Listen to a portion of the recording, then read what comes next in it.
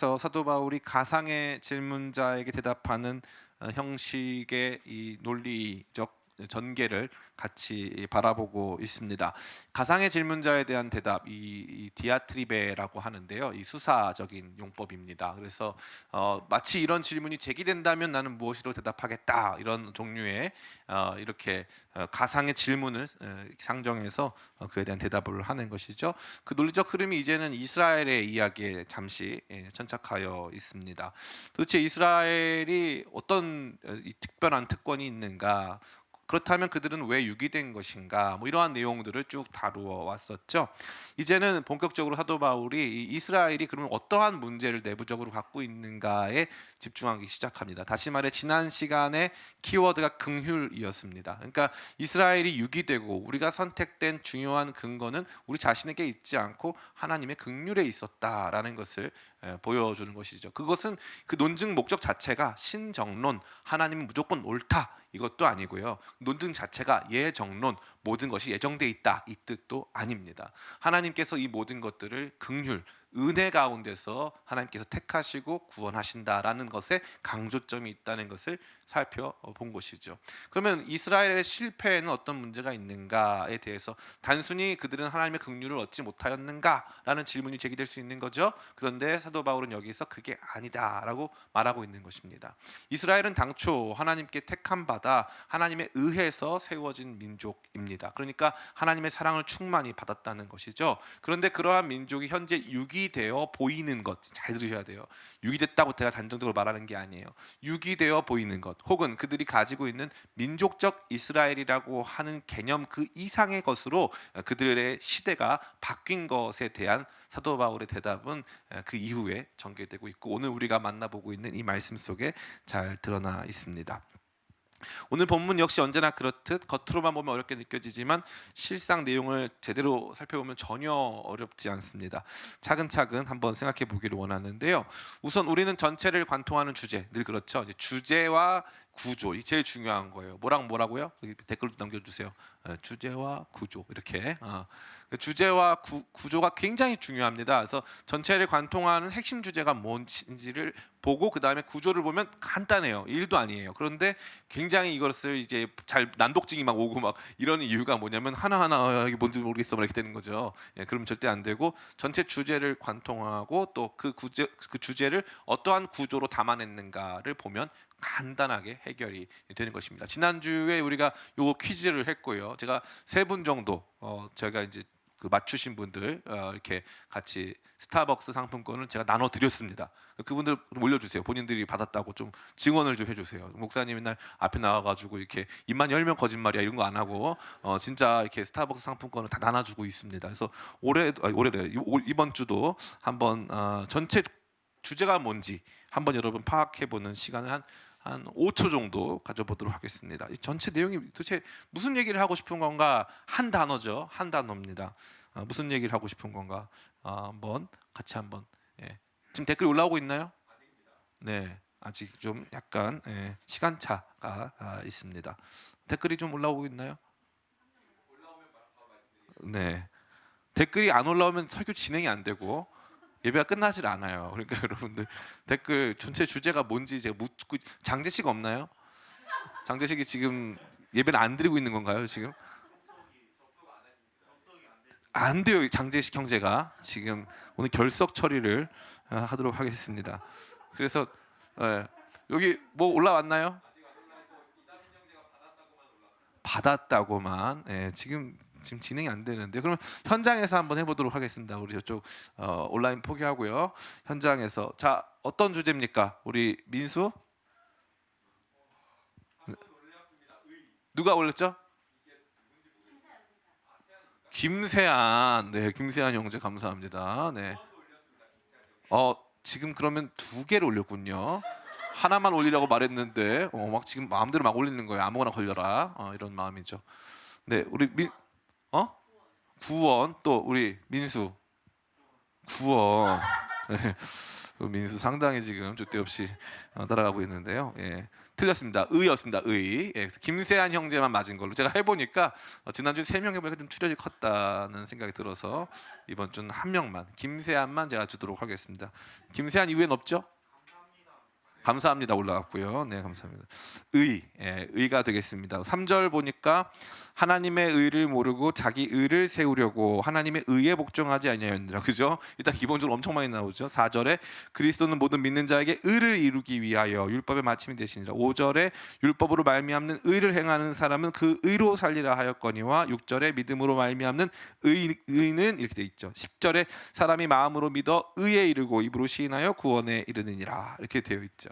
그러니까 이 본문 전체의 핵심적인 키워드는 바로 의에 대한 내용이라는 것을 우리가 분명히 알 수 있는 것이죠. 이 의에 대한 전체적인 정리가 아마 오늘 말씀의 핵심이 될 것입니다. 이러한 본문의 내용이 가장 명확하게 드러나는 것이 바로 예수님이 하나님의 의가 되시고 율법의 마침이 된다라고 하는 말씀이죠. 어디입니까? 우리 네, 율법의 마침 4절이죠. 4절. 예, 같이 한번 읽어보겠습니다. 시작. 그리스도는 모든 믿는 자에게 의를 이루기 위하여 율법의 마침이 되시니라. 아멘. 이 말씀이 핵심이 되는 것입니다. 그리스도께서 모든 믿는 자를 위하여 의를 이루시기 위하여서 율법의 마침이 되신다라는 것이 잘 드러나 있는 거죠. 이 의에 대한 설명을 하기 위해서 사도 바울은 이 의를 두 가지 다른 종류로 구분하여 설명하고 있습니다. 어떤 의와 어떤 의로 구분하고 있죠? 3절 말씀에 보니까 우리 다운이 네, 아니요. 하나, 그러니까 의가 두 종류로 나오잖아요. 어떤 의와 어떤 의가 나옵니까? 예, 감사합니다. 우리 다운이 정말 이 섬유 유연제처럼 유연하게 다운이 감사합니다. 죄송합니다. 굉장히 유연하게 대답을 했기 때문에 제가 이름 때문은 아니고 네, 감사합니다. 감사합니다. 우리 정다운 형제 감사합니다. 자기 의와 하나님의 의로 이렇게 구별 대해서 설명하고 있는 어려운 주제이기 때문에 제가 이렇게 만담 형식으로 하는 것을 여러분 용서해 주시길 바랍니다. 하나님의 의와 자기 의를 구별해서 설명해 주고 있죠. 근데 이 하나님의 의와 자기 의라고 하는 이 구분이 좀 더 확대되고 있는 부분이 있어요. 그게 뭐냐면 바로 5절과 6절입니다. 제가 읽어 드릴게요. 모세가 기록하되 율법으로 말미암는 의를 행하는 사람은 그 의로 살리라 하였거니와 6절에 믿음으로 말미암는 의는 이같이 말하되라고 되어 있어요. 그러니까 재밌네요. 하나님의 의가 있고 자기 의가 있고 율법으로 말미암는 의가 있고 믿음으로 말미암는 의가 있다 이거죠. 그러니까 어떤 의가 진짜 의냐라는 것이 오늘 본문의 전체적인 핵심 내용이 되겠습니다. 그러니까 이 흥미롭게도 이 의에 대한 내용을 개념을 알지 못하면 오늘 말씀도 우리가 접근하기가 상당히 어렵겠죠. 의는 뭘로 번역하면 좋을까요? 제가 누누이 말씀드리지만 의는 떳떳함, 자격 있음 정도로 번역하면 딱 맞습니다. 떳떳하고 자격 있는 존재가 됐다라는 것이죠. 그럼 내가 어떻게 하나님 앞에 떳떳하고 자격 있는 존재가 될 수 있느냐? 율법을 행하면 나는 의가 있다, 나는 떳떳하다, 나는 자격이 있다라고 생각할 수 있느냐? 아니면은 믿어야 가능하냐라고 하는 질문에 대한 대답이 오늘 본문의 말씀이 되는 것입니다. 여기 흥미롭게 제기되고 있는 이 모든 것들을 이제 해석하는 데 있어서 제일 중요한 포인트로 나타나는 것이 신명기 30장 11절부터 14절에 대한 해석 부분입니다. 우리 같이 한번 말씀을 읽어볼까요? 6절부터 같이 읽어보겠습니다. 9절까지 같이 읽겠습니다. 시작. 믿음으로 말미암는 의는 이같이 말하되 내 마음에 누가 하늘에 올라가겠느냐 하지 말라 하니 올라가겠다 함은 그리스도를 모셔 내리려는 것이요 혹은 누가 무저갱에 내려가겠느냐 하지 말라 하니 내려가겠느냐 함은 그리스도를 죽은 자 가운데서 모셔 올리려는 것이라. 그러면 무엇을 말하느냐? 말씀이 내게 가까워 내 입에 있으며 내 마음에 있다 하였으니 곧 우리가 전파하는 믿음의 말씀이라. 내가 만일 내 입으로 예수를 주라 시인하며 내 하나님께서 그를 죽은 자 가운데 살리신 것을 내 마음에 믿으면 구원을 얻으리라. 아멘. 우리가 이것을 보면서 그리스도를 모셔내리려는 것, 뭐 그리스도를 죽은 자 가운데 모셔 올리려는 것, 이런 표현이 등장하니까 무슨 말인지 전혀 모르겠고, 이 말씀이 마치 그리스도를 뭔가 이렇게 좀 우리가 그분의 명예를 실추시키고 아니면 그분을 좀 이렇게 우리가 어떻게 보면 잘못 오해하려고 하는 것인가라고 생각할 수 있는데 전혀 아닙니다. 이거는 신명기 30장 11절부터 14절을 안 읽으면 절대 이해할 수가 없어요, 이 말씀은. 그리고 강조점이 여러분이 생각하는 거 완전히 다릅니다. 여러분이 생각하는 강조점을 한번 생각해 보세요. 어디에 강조점이 있을까요? 예? 여러분이 생각하는 강조점은 주로 어디에 있습니까? 뭐 그리스도 올려드린다, 내려놓는다, 모셔 내린다, 뭐 이런 데 있죠? 아니에요. 여기 강조점은 입과 마음에 있어요. 입과 마음. 강조점이 완전히 달라야 돼요. 그런데 이거를 아무도 몰라요. 거의 아무는 사람이 없어요. 너무 안타까운 거죠. 로마서 말씀을 많이 읽어도 이 강조점이 입과 마음에 있어야 한다라고 하는 사람은 거의 없습니다. 대부분 다 그냥 뭐 그리스도를 모셔 내리는 거냐, 모셔 올리는 거냐, 뭐 이런 건데, 좀 이따 설명을 또 드릴게요. 근데 어쨌건 이 내용은 이 내용의 인용 원문이 되는 신명기 30장 11절부터 14절을 정확하게 알아야 이 내용이 해석이 되는 것입니다. 여러분 잘 오신 거예요. 신명기 30장 지금 약 파는 기분으로 제가 여러분에게 정말 말씀을 전하고 있습니다. 물론 신약과 구약이죠. 신명기 30장 11절부터 14절인데요. 우리 같이 한번 정말 감사합니다. 뜨거운 반응 감사합니다. 신명기 30장 11절부터 14절 제가 읽어드릴게요. 내가 오늘 내게 명령한 이 명령은 내게 어려운 것도 아니요 먼 것도 아니라 하늘에 있는 것이 아니니 내가 이르기를 누가 우리를 위하여 하늘에 올라가 그의 명령을 우리에게로 가지고 와서 우리에게 들려 행하게 하랴 할 것이 아니요 이것이 바다 밖에 있는 것이 아니니 내가 이르기를 누가 우리를 위하여 바다를 건너가서 그의 명령을 우리에게로 가지고 와서 우리에게 들려 행하게 하려 할 것도 아니라 오직 그 말씀이 내게 매우 가까워서 내 입에 있으며 내 마음에 있은즉 내가 이를 행할 수 있느니라. 아멘.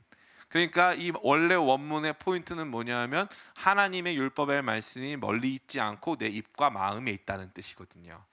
그래서 입으로 시인하고 마음으로 믿으면 구원을 얻는다는 게 그냥 무에서 나온 말이 아니고 이 신명기 말씀을 토대로 나타나는 거예요. 그래서 입과 마음이 굉장히 중요한 포인트가 되는 것입니다. 그럼 목사님, 뭐 그리스도를 모셔 내린다, 모셔 올린다, 이거는 무엇입니까? 이것도 또 중요한 내용이 되겠죠. 다시 말해서 그리스도께서 하늘에 계시다가 내려오신 분이잖아요. 그리고 예수님께서 죽은 자 가운데서 살아나신 분이잖아요. 여기서 이 바다라는 표현은 이 단순히 우리는 바다는 주로 멀다라고 느끼잖아요. 그죠? 멀다. 그런데 이 고대 사회의 사람들에게 있어서 이 바다는 넓다, 멀다라는 느낌보다는 깊다, 모르겠다, 무섭다, 이 느낌이 훨씬 강했어요. 그래서 이 바다를 무저갱이라고 하잖아요. 바닥이 없는 굴이란 뜻이거든요. 이 바다는 언제나 어둠의 권세가 장악한 장소로 이해되어졌고 정말 죽은 사람들의 장소로 이해됐다는 거예요. 그러니까 하늘과 땅이 나오는 게 아니고 하늘과 바다가 나오잖아요. 그죠? 12절에 하늘에 있는 것이 아니니, 13절에 이것이 바다 밖에 있는 것이 아니니, 이렇게 되어 있죠. 그러니까 하늘과 바다라고 하는 이 개념이 우리 가운데 등장하는 것입니다.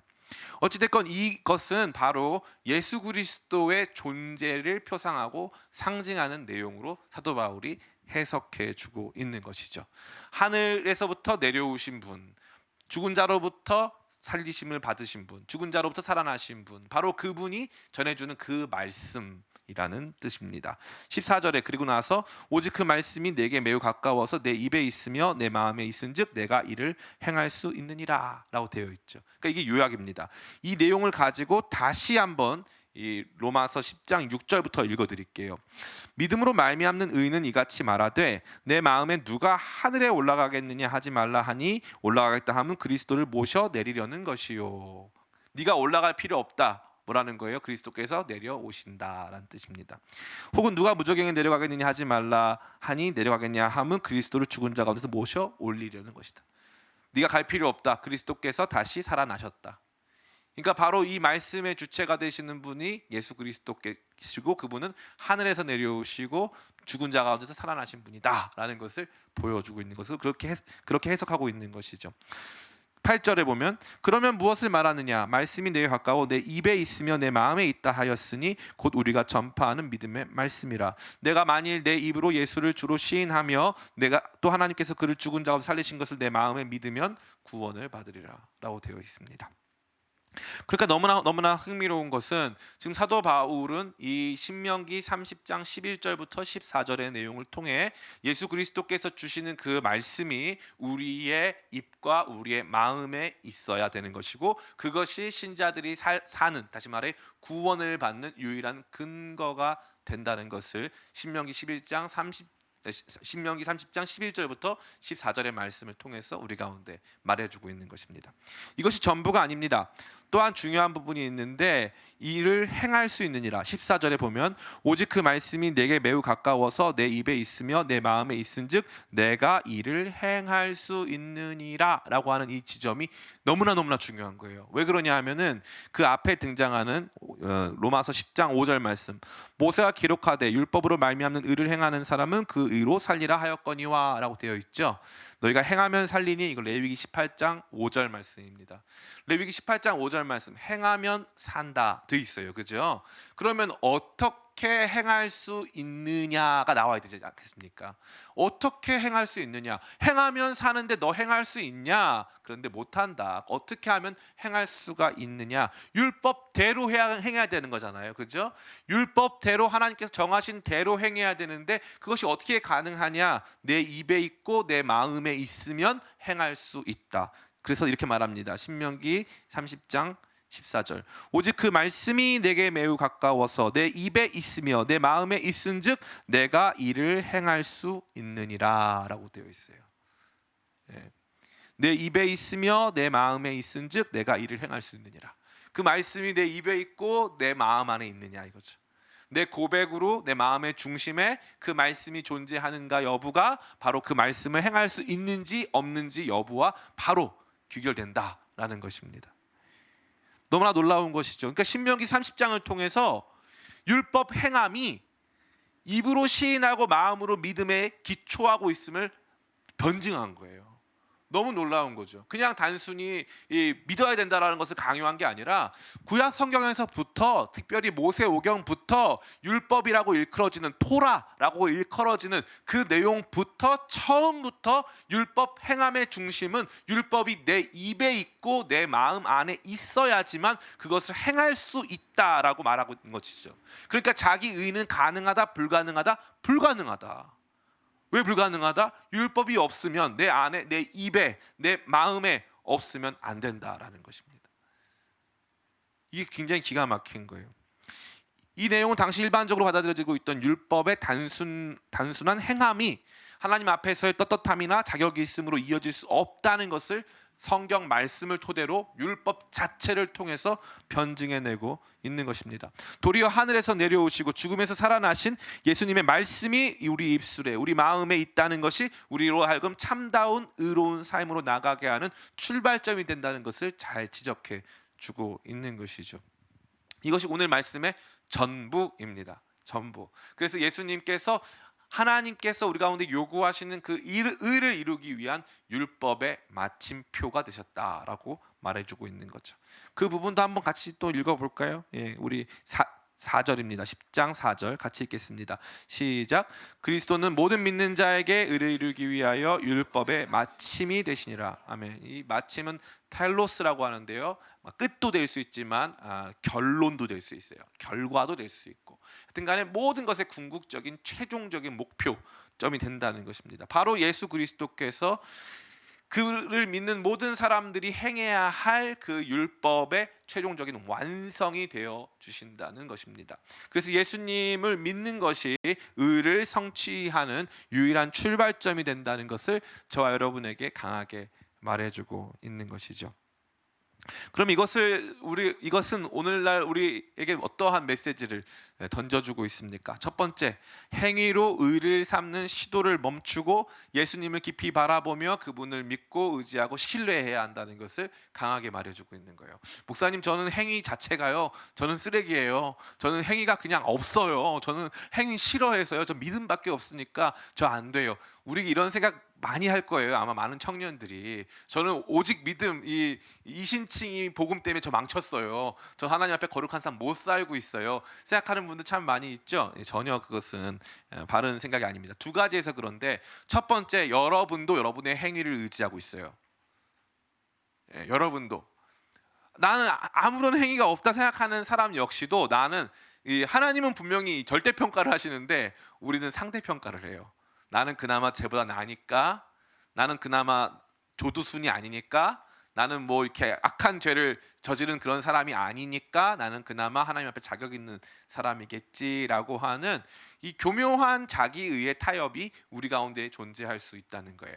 이 교묘한 자기의의 타협은요, 소극적인 방식은 지금 제가 말씀드린 바와 같이 아주 극단적인 범죄자나, 또 우리가 봤을 때 뭔가 이렇게 온당하지 않은 삶을 사는 것 같은 사람들과 나 자신을 비교해서 그나마 좀 나은 지점을 확보하는 소극적 차원이라면, 적극적 차원이 존재하는데 그것은 무엇이냐 하면은 조금 더 내가 영적인 어떠한 일들에 좀 매진을 하고 내가 조금 더 나은 삶을 살아보겠다고 애쓰는데, 그건 좋은 건데 그게 내 의로 작용할 때가 있다는 거예요. 하나님께 대하여 섭섭하고 이런 부분이 해결이 안 되면 그것으로 말미암아 분노하고 있는 자기 자신. 그리고 신앙적으로 기복이 굉장히 심해가지고 완전히 나락에 빠져요. 하나님을 향해서 열심히 살다가 내게 필요한 뭔가가 있는데 주어지지 않았을 때 완전히 나락에 빠지는 등등의 자기의를 의존하는 신앙적인 열심이 굉장히 많다는 것입니다. 이건 신자들 안에 있는 모습이고요. 또 타 종교와 비교했을 때도 이단들의 특징이 뭐냐면 무조건 율법주의예요. 율법주의가 아닌 이단은 없어요. 아닌 이단은 없습니다. 흥미롭게도 목사님, 구원파는 율법주의 아닌 것 같은데요. 그죠? 이 구원파는 율법주의 아닌 것 같죠. 근데 재밌는 건 구원파 율법주의 아닌 것 같은데 침례를 다시 받아요. 그리고 그 침례 안 받으면 구원파 일원이 아닙니다. 그 웃기죠? 침례를 다시 받아야 돼요. 구원파 언제나 뭐라고 물어봅니까? 당신 언제 구원받았습니까? 물어보거든요. 모른다고 답할 수밖에 없잖아요. 그렇죠? 안다고 하면 이상한 거예요. 우리 다운이 생일 언젠가요? 어떻게 알았어요? 그죠? 태어나면서 산부인과 달력 보고서는 오늘 1월 10일이구나. 내가 1월 10일 생일에. 이렇게 태어날 수 있어요? 없어요? 없어요. 자연적 출생에서도 내 생일 내가 알 수 있습니까? 모릅니다. 태어나보고 태어나서 언제 의식이 들어온 것 같아요? 몇 살 때쯤? 그죠? 3살, 4살 이전에는 기억이 없어요. 이게 정상이에요. 예? 요한복음 3장에 뭐라고 말합니까? 바람이 임의로 불어서 바람이 임의로 불되 우리가 어디서 와서 어디로 가는지 알지 못하듯이 성령으로 난 사람이 그러하다고 돼 있단 말이에요. 근데 왜 자꾸 언제 구원받았는지를 물어봐요? 구원의 확실성을 물어봐요. 두 번째, 이 구원파의 문제가 뭐냐면은 율법주의가 아닌 것 같아 보이지만 자기 죄를 부정해야 돼요.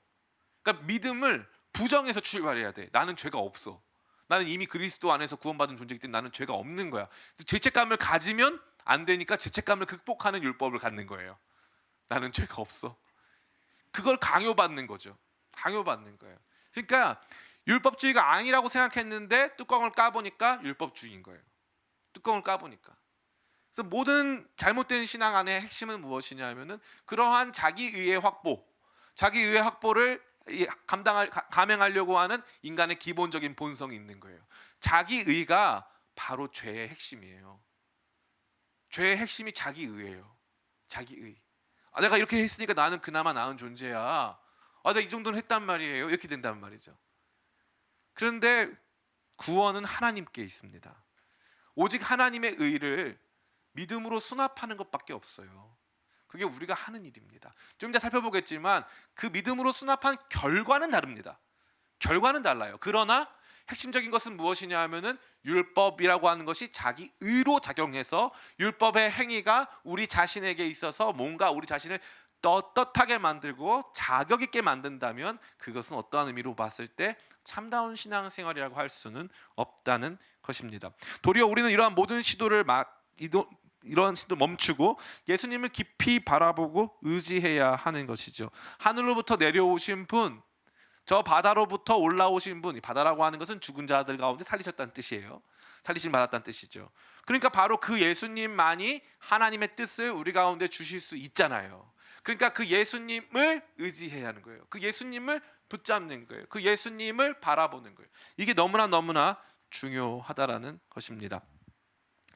두 번째, 우리는 믿음으로 말미암는 의가 우리 안에서 진정한 의를 이룸을 바라봐야 돼요. 이거 좀 어려운 말이죠. 잘 들으셔야 돼요.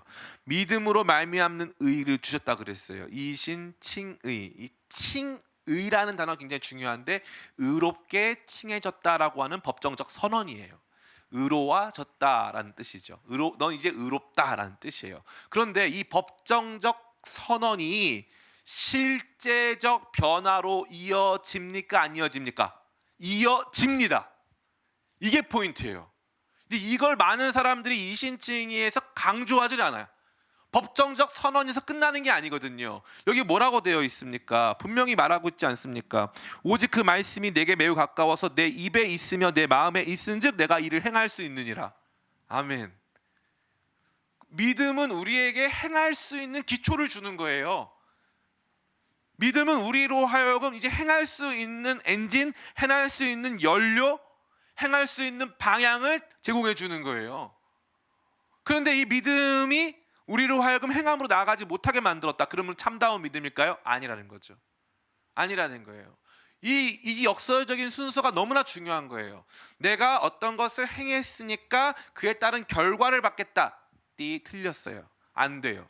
안 돼. 그리고 나는 그것을 행할 때 어떻게 행한다? 잘못 행한다. 그래서 뭐라고 되어 있습니까? 2절 말씀. 10장 2절 말씀 같이 한번 읽어보겠습니다. 10장 2절 시작. 내가 증언하노니 그들이 하나님께 열심히 있으나 올바른 지식을 따른 것이 아니니라. 아멘. 열심히 했어요. 열심히 하루에 5번씩 뭐 기도도 하고 상번제 드리면서 아침 오후로 기도하고 예배 참석하고 범죄하면은 짐승 잡아가지고 속죄로 올려드리고 다 했단 말이에요. 그런데 그것은 올바른 지식을 따른 것이 아니라는 거예요. 열심히 했는데 탈락이에요. 탈락. 왜냐하면은 열심히 했지만 바르게 하지 않았기 때문에. 탈락이라는 거예요. 이러한 내용이 우리가 매우 중요합니다. 그러면 바르게 했음, 어떻게 우리가 바르게 믿었냐를 따져볼 때 참답고 바른 믿음은 우리 가운데 칭해진 의를, 너 이제 의로운 존재야라고 칭해지면요, 그 칭해진 의가 우리 안에서 작동하기 시작해서 진짜 의로운 존재로 살게 되는 거예요. 목사님, 저는 잘 안 되던데요. 잘 안 되죠. 잘 된다고 말한 적은 없어요. 한 번에 된다고 말한 적도 없어요. 내가 이미 이루었다 함도 아니요, 내가 이미 잡았다 함도 아니라, 내가 이루고 잡은 것 아니에요. 그러나 출발한 거죠. 그러나 그 레이스가 시작된 거죠. 그러니까 이 엄청난 차이점이 있는 거예요. 그 레이스를 다 맞춰내고 1등을 하고 기준을 통과해야 네가 구원에 적합한 사람이고 믿음을 가진 사람이라는 뜻이 아니에요. 반대예요, 반대. 믿음이 우리 가운데 있으면 그 믿음이 우리 가운데서 너희 안에 착한 일을 시작하시니가 그리스도 예수의 날에 그것을 이루시리라 말씀하신 것처럼 우리 가운데 착한 일이 시작된다는 거예요. 이 굉장히 중요한 변화입니다. 그러니까 믿음이 의를 이루는 시작점이고 기초가 돼야 되는 거죠. 그런데 삶 속에 그 의를 향한 그 어떠한 이 이끌림, 의를 향한 그 어떠한 원동력이 하나도 없다. 하나도 없을 때도 있지만 전체적인 삶을 봤을 때 단 1도 없었다. 그러면 심각한 문제가 있는 거예요. 그거는 잘못 믿고 있는 거죠. 주님의 십자가 죽으심과 부활은 우리의 의를 이루기 위함이었어요. 우리의 의를. 그런데 그 의를 위하기, 잠깐 발음이 안 돼요. 너 의 발음해봐, 민수. 안 되잖아. 의를 이루기 위함이었어요. 의를 이루기 위한 예수님의 십자가 구원이에요. 의 없이 우리한테 의를 이루지 않아도 상관없게끔 예수님께서 죽으신 게 아니고 우리로 하여금 그 의에 동참하는, 그래서 우리를 의롭게 칭해 주신 그분의 칭함에 부합하는 사람이 되게끔 하시려고 하나님께서 우리를 거룩하게 하시는 영 성령을 주신 거예요. 많은 사람들이 이 순서를 헷갈리는 것입니다. 저는 우리 기쁨의 교회 청년들이 이 순서를 헷갈리지 않았으면 좋겠어요. 그럼 이거 실천적으로 우리한테 무엇을 주느냐 이거예요. 제가 여러분에게 이제 가끔 누가 저한테 질문해 와요. 목사님, 술은 나쁜 겁니까? 담배는 나쁜 겁니까? 뭐 타투 나쁜 겁니까? 제 속 마음은 다 나쁜 거야. 너 다 지옥 갈 거야. 이렇게 말해주고 싶어요. 왜냐면 그렇게 말하면 말 잘 듣거든요. 주일날 너 등산 가면 너 넘어진다. 뭐 이렇게 말하고 싶잖아요. 왜? 간단하거든 삶이. 간단하거든. 회개도 잘해 그러면. 목사님 제가 맞아요. 이러면서 회개 잘해요. 근데 성경은 그렇게 가르치던가요? 아니에요. 모든 것이 가하나 모든 것이 가하대요. 굉장히 허용적이죠. 아주 허용적이에요.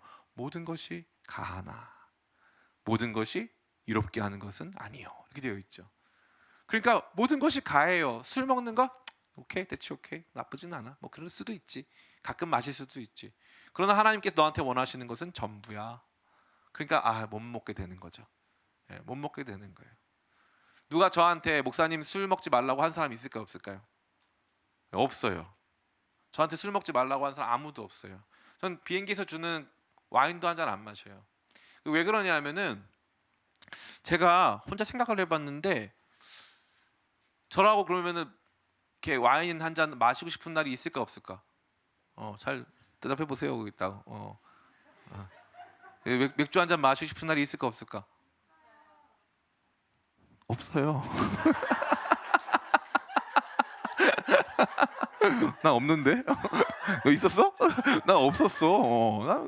나 그렇게 술이 싫더라. 민수 없었지? 예. 근데 누가 저한테 그렇게 시킨 적도 없는데 잘 못하겠더라고요. 그전에는 많이 즐겼는데 잘 안 돼요. 이게 못하겠더라고. 왜냐하면 내가 여러분한테 설교를 하는 입장인데 여러분 보기 떳떳하지가 않아서가 아니라 제가 이렇게 그거에 대해서 말을 못할 것 같아요. 그래서 안 하는 거예요. 못하겠어요. 조금씩 제 삶이 제가 부름받은 그 부름에 부합하게 바뀌어요. 조금씩이나마. 나를 불러주신 그분의 뜻에 따라 바뀌는 거예요. 내 삶 전체가 그분 거니까. 절제하게 되고 참게 되고, 절제가 절제해야 돼 뭐 이런 게 아니고 내가 참아야 돼 뭐 이거 아니고, 참아서 반드시 내가 이루리 이거 아니고, 그분의 놀라우신 은혜와 사랑이 나로 하여금 조금 참게 해요. 견뎌내게 한단 말이에요. 견디는 후에 나 혼자서 잘했어 뭐 이렇게 하지 않아요. 그런 뭐 금욕, 뭐 그러한 자기 증명 이런 거 없어요. 도리어 믿음이죠. 도리어 믿음이에요.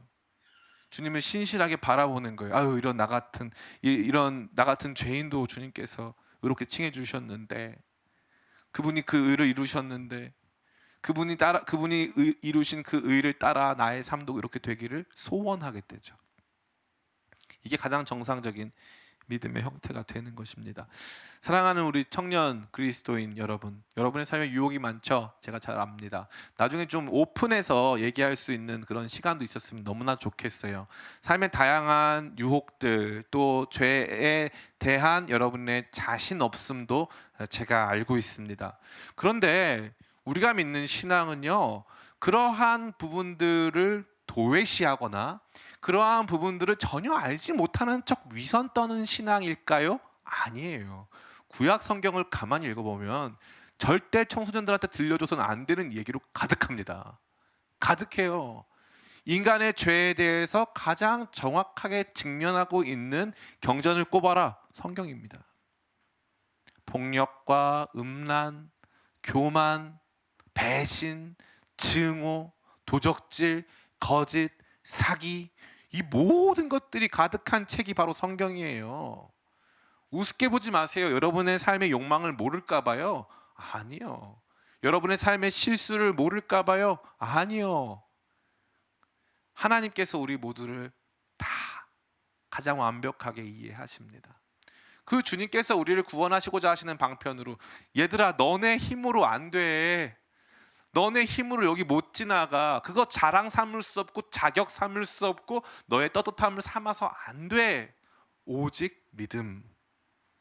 하나님께서 제시하신 오직 믿음이에요. 오직 믿음. 이게 우리 신앙의 기초고, 이 기초를 상실하는 순간 우리는 조금씩 이단적으로, 조금씩 율법적으로, 조금씩 이교적으로 바뀌어요. 근데 다 똑같아요. 이단적, 이교적 뭐 다 똑같아요. 뭐예요? 율법적 다 똑같아요. 자기 중심이에요. 내가 뭘 해내야 되는 거예요. 내가 뭘 해내야 되는 거. 불교는 그런 거 없는 것 같죠? 아니에요. 불교처럼 어떻게 보면 이 진짜 엄청난 이 없는 업보도 만들어서 짊어진 채 가는 신앙이 불교 신앙이에요. 엄청 이 공부도 해야 되고요. 엄청 수련도 많이 해야 돼요. 근데 가만히 생각해 보세요. 좀 부자연스럽지 않으세요? 그죠? 좀 부자연스럽잖아요. 우리도 모르는 사이에 우리가 불교화, 이슬람교화, 힌두교화 되고 있을 수도 있어요. 유교화, 무속화가 이루어지고 있는 거예요. 왜요? 참 믿음이 없으니까. 내 삶 전체의 주인이 되셔서 나의 의로우심을 이루어 주신 그분께서 당신이 이루신 그 의를 우리에게 나누어 주셔서 우리로 그 의에 동참케 하셨어요. 그래서 나는 이제 사나 죽으나 하나님께 속했어요. 의로우신 분 하나님께 내가 속해 있는 거예요. 그분의 자녀로 취급받고 여김을 받는 거예요. 이 땅에서 조금 가난해도 that's okay. 고달픈 삶을 살고 있어도 괜찮아요. 나는 그분의 자녀니까. 제가 여러분의 삶의 고통, 고독 이런 거 이해 못해서가 결코 아니에요. 그 누구보다 절절하게 이해합니다. 가난이요? 예. 늦어진 삶의 시간표요? 아, 제가 여러분 잘 이해하죠. 그래서가 아니에요. 그거 모르니까 저는 그 시간표를 툭툭툭 건너왔기 때문에 아니에요. 그렇지 않습니다. 도리어 이것이 진짜 진리임을 제가 증언할 수 있을 만큼 제 삶은 힘들었어요. 그러나 하나님 자녀라고 하는 이 위대한 특권, 값없이 주어진 그저 믿음으로, 믿음이라는 숟가락으로 그저 얻어먹게 되는 그 은혜가 우리 자신의 삶을 바꾸기 시작하는 것을 저는 경험했습니다. 오직 믿음의 이 신앙 놓치지 않기 간절히 바라요. 가끔 저한테 청년들이 물어봅니다. 목사님, 배우자 선택을 할 때 뭐가 제일 중요합니까? 무조건 신앙이겠죠. 제가 요즘 만나는 형제가 있는데 자매가 있는데 교회를 안 다녀요. 제가 늘상 말하는 게 있어요. 잘 들으셔야 돼요. 결혼하기를 원하는 자 먼저 인성을 보라. 무조건 인성이 먼저입니다. 왜냐하면 신앙은 기복이 있잖아요. 예, 인성은 바닥이거든요. 바닥 지점이에요. 그게. 그 사람이 제일 안 좋을 때 나타나는 인성이 그 사람 바닥이잖아요. 그러니까 맨 밑에 바닥에 괜찮으면 살면서 크게 고통당할 일은 없어요. 예. 그러니까 인성이 훨씬 중요하다. 훨씬 중요하다. 그리고 두 번째, 내가 누군 타인의 신앙을 완벽하게 하거나 만들 수 있다는 착각을 버려라. 여러분이 만약에 애를 낳았어요. 내 애를 내가 신앙을 줄 수 있어요? 없어요? 없습니다. 없어요. 내가 낳은 애도 내가 신앙 못 줍니다. 그런데 어떻게 우리가 내 배우자에 대한 신앙에 대해서 내가 알 수 있습니까? 모릅니다. 몰라요. 그러니까 너무 두려워할 필요 하나도 없어요. 예? 안 믿는 사람 그렇다고 오케이 목사님 감사합니다 하고 그 다음부터 바로 클럽 가가지고 막 안 돼. 그런 건 아니야. 너무 극단적으로 가지 마세요. 너무 할렐루야 아멘을 바로 외치지 마. 그런 뜻이 아니라 도리어 우리에게 있어서 필요한 모습이 바로 그런 거라는 거예요. 이거 내가 하는 것이 아니다. 내가 하는 것이 아니다. 믿음은 뭐다? 선물이다. 근데 우리는 어떻게 할 수 있어요? 기도할 수 있죠. 그 하나님을 의지할 수 있죠. 좀 이따 다음 주에 살펴보겠지만 나라고 하는 사람을 통해서 어떤 말씀을 전하셨는데 그 말씀이 그의 입을 지나 그의 마음을 지나 그의 입으로 고백될 수 있죠. 그거 우리가 할 수 있는 전부예요. 그것의 주권은 주님께 달려 있어요. 그러니까 사랑하는 성도 여러분, 청년 성도 여러분, 믿음이 제일 중요한 거예요. 믿음을 붙잡으셔야 돼요. 여러분 자신의 믿음도 여러분 감히 말씀하실 수 있어요? 나 5년 뒤에도 교회 다닐 것 같다? 쉽지 않아요. 쉽지 않습니다. 20대, 특별히 30대는 괜찮은데요. 20대 초반까지 신앙생활 열심히 하다가 안 하는 사람 굉장히 많아요. 그러니까 여러분 스스로를 내가 신앙을 지키고 있다고 판단하거나 나는 여기에 머물러 있을 거라고 생각하지 마세요. 그럼 뭐만 하시면 돼요? 예수님을 믿으세요. 주님, 저 죄인이에요. 저는 그 어떤 자격도 없어요. 저 예수님 붙잡을 수 있는 힘과 능력 저 없습니다. 주님이 저 안 붙잡아 주시면 저 죽어요. 이 고백으로 살아야 되는 거예요. 그러고 나면 그분이 믿음을 주시는데, 그 믿음은 바로 우리의 의를 성취하신 예수님이 주시는 믿음이어서 그것이 우리 안에서 의를 만들어가는 출발점이 된다는 거. 여러분이 꼭 이것을 바라보시기를 간절히 바라면서 믿음에 대한 바른 이해가 있기를 간절히 축원합니다. 마지막 세 번째, 오늘 이 메시지가 우리 가운데 주는 것은 차별 없는 구원의 참된 가치를 확인하게 하는 것이죠. 우리 마지막 절 같이 한번 읽어볼까요? 우리 12절입니다. 11절 12절 같이 한번 읽어보겠습니다. 시작. 성경에 이르되 누구든지 그를 믿는 자는 부끄러움을 당하지 아니하리라 하니 유대인이나 헬라인이나 차별이 없음이라. 한 분이신 주께서 모든 사람의 주가 되사 그를 부르는 모든 사람에게 부요하시도다. 아멘. 유대인이나 헬라인이나 차별이 없다. 이 정말 중요한 표현이에요. 이 헬라인이라고 하는 것은 단순히 그리스 사람을 특정했나 보다.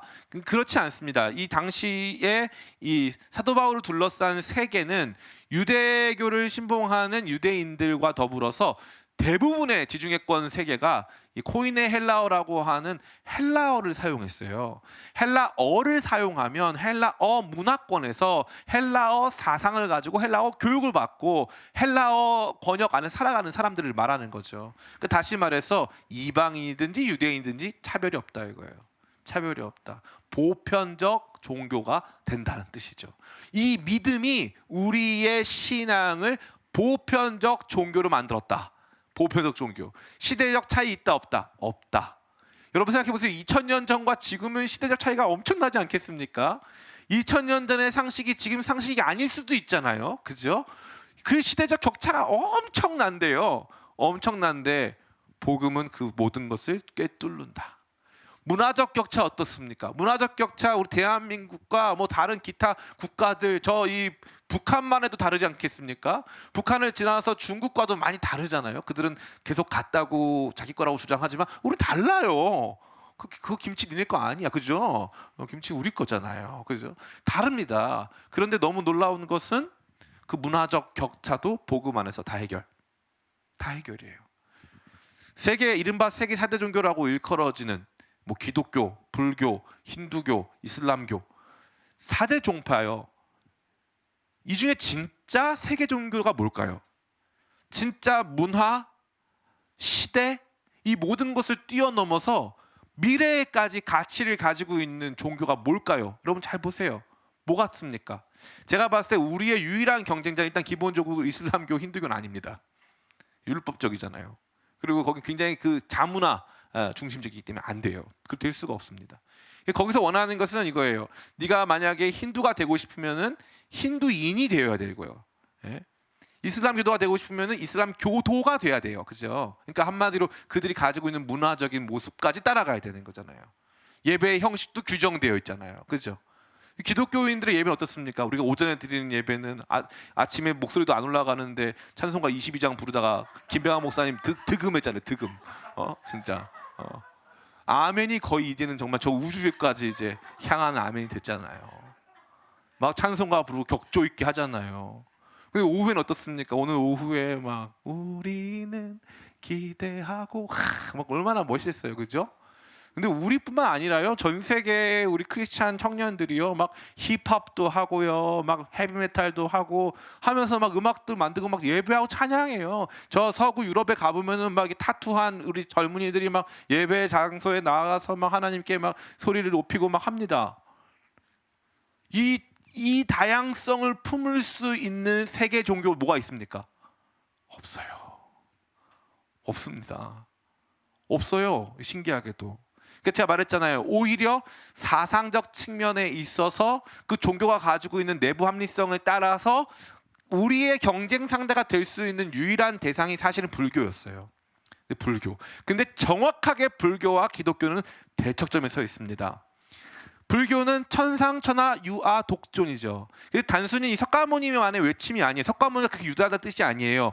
거기서는 유아, 나만, 오직 나만 존재한다 라는 뜻이에요. 철저히 자기 안에 갇혀 있는 거죠. 실존이라고 하는 그 엄청난 알과 같은 그 카테고리 안에 완전히 갇혀 있는 거예요. 그래서 그 안에서 그거를 꿰뚫어 보겠다고 엄청 힘쓰고 애를 쓰고 있는 사상적 몸부림입니다. 그 불교는 하나님 없는 인간의 사고의 끝판왕을 보여주는 거예요. 끝판왕. 세계 이해, 자연 이해, 인간 이해, 문화 이해에 있어서 불교는 하나님 없이 사고하는 이해의 끝판왕을 보여줘요. 무신론의 끝판왕, 그게 불교예요. 무신론이 종교의 옷을 입으면 불교처럼 되는 거예요. 기독교 신앙이 정반대에 위치하고 있죠. 가장 세계 종교다운 종교, 가장 많은 사람들을 품을 수 있는 종교, 가장 실생활과 연관되어 있는 종교, 가장 완벽하게 세상을 설명하고 자연을 설명하고 인간의 존재의 의미, 우리의 삶의 생로병사를 설명해낼 수 있는 유일한 종교, 바로 기독교 신앙이에요. 근데 그것을 가능하게 한 것은 무엇입니까? 만약에 우리가 모세오경을 유일한 경전으로 믿어서 그것이 지금 이 시대까지도 동일하게 현재까지도 적용돼야 한다고 믿는다면 그것은 우리가 세계 종교가 될 수 없다는 거죠. 세계 종교가 될 수 없습니다. 하나님께서 예수 그리스도를 지극히 높여 모든 무릎으로 예수님 앞에 꿇게 하시고 모든 입으로 예수님을 주라 시인하게 하셨죠. 예수님께서 십자가에 죽으시면서 성전 휘장이 찢어지고 예수님께서 모든 율법을 완성하시고 그 예수님을 믿는 신앙이 이제 시대를 넘어 문화권을 넘어 민족을 넘어 인종을 넘어 우리 모두에게 차별 없는 보편적 구원을 준다라는 사실입니다. 지금 우리는 보편적 시대를 살고 있어요. 이제 인터넷을 통해서 국경을 설사 우리가 물리적으로 지나가지 못한다 할지라도 서로를 알고 만날 수 있는 시대 속에 살고 있습니다. 인간이 가지고 있는 어떻게 보면 생활의 차이는 줄어들고 있어요. 그죠? 생활의 차이는 굉장히 줄어들고 있는데 이제 의식적 차이만 남아 있는 것뿐이죠. 어찌됐건 그런 차이가 줄어들고 있는 상황 속에서 그 지금 잔존하고 있는 의식적 차이마저도 완전히 불식시킨 채 하나의 신앙으로 통합돼야 한다. 그것은 바로 기독교 신앙입니다. 인간은 그 무엇도 스스로 얻을 수 있는 것은 없습니다. 하나님의 은혜로만 가능한 것이고 오직 믿음만이 참된 의를 우리 가운데 줄 수 있는 유일한 통로가 된다고 이 말씀은 저와 여러분에게 가르치고 있는 것입니다. 그러한 의미에서 기독교 신앙은 차별을 반대합니다. 이것이 제가 설명드린 너무 길지만 우리가 가진 신앙은 보편적 가치를 가지고 있는 것이고 예수 그리스도를 믿는 그 한 가지 지점으로 수렴하여서 모든 사람이 하나 될 수 있는 바로 참다웠고 위대한 신앙이 되는 것입니다. 목사님, 그게 우리 생활하고 무슨 상관일까요? 제가 여러분한테 한 가지 드리고 싶은 말씀이 있어요. 바로 자부심이라는 거예요. 자부심. 신앙적 자부심.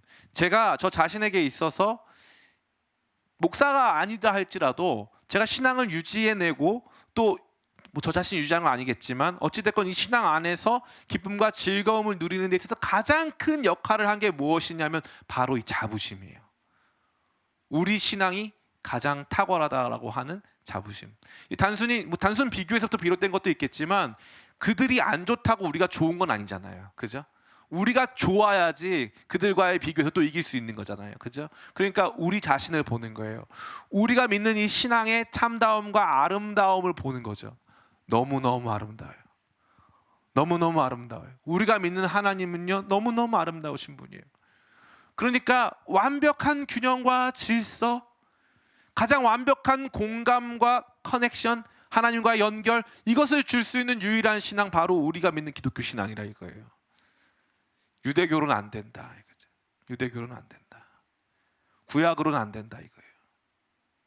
예수 그리스도께서 하늘에서부터 내려오시고 죽은 자 가운데 살아나셔서 우리 마음에 넣어주신 그분의 말씀, 그 말씀이 내 입에 있고 내 마음에 있으면 너희가 행할 수 있느니라.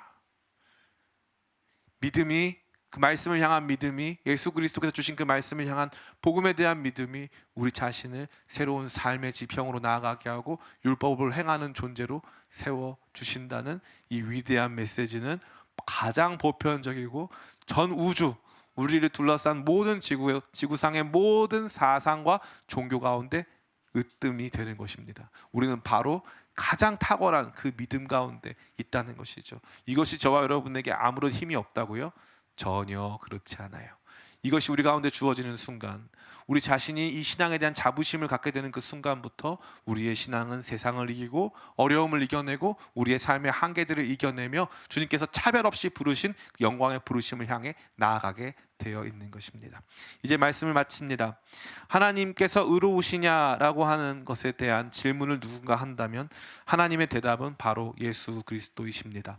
우리 자신의 떳떳함, 우리 자신의 자격 있음은 우리의 행동에 주어져 있지 않습니다. 도리어 하나님 자기 자신이 예수 그리스도, 자기의 사랑하는 아들 예수 그리스도를 우리의 죄값을 대신하여 십자가에서 죽이시고 부활하심으로 그 예수님이 우리의 모든 의를 완성하셨고 하나님 당신의 떳떳함과 자격 있으심을 강하게 선언하고 있는 것입니다. 그분의 존재 자체와 더불어 그분의 죽으심과 부활이 바로 하나님의 그러한 의로우심을 우리 모두에게 보여주고 있고 그 의에 대한 참여를 촉구하고 있는 것입니다. 그 의에 대한 참여는 단 한 가지 방법밖에 없습니다. 바로 믿음입니다. 예수님을 믿고 그분께서 우리를 위해서 행하신 일들을 믿으며 우리 삶이 비록 자격 없고 우리는 아무것도 할 수 없다 할지라도 그분의 사랑과 능력이 우리를 구원하고 있음을, 우리를 이렇게 칭해주고 있음을 날마다 기억하여 그 믿음이 우리로 하여금 의를 만들어가는 삶으로 나아가게 하는 것을 함께 체험하고 바라보는, 예수 그리스도 안에서 참다운 의를 경험하고 그 의를 알아가는 저와 여러분 다 되시기를 예수님의 이름으로 축원합니다. 아멘. 우리 이 시간 잠시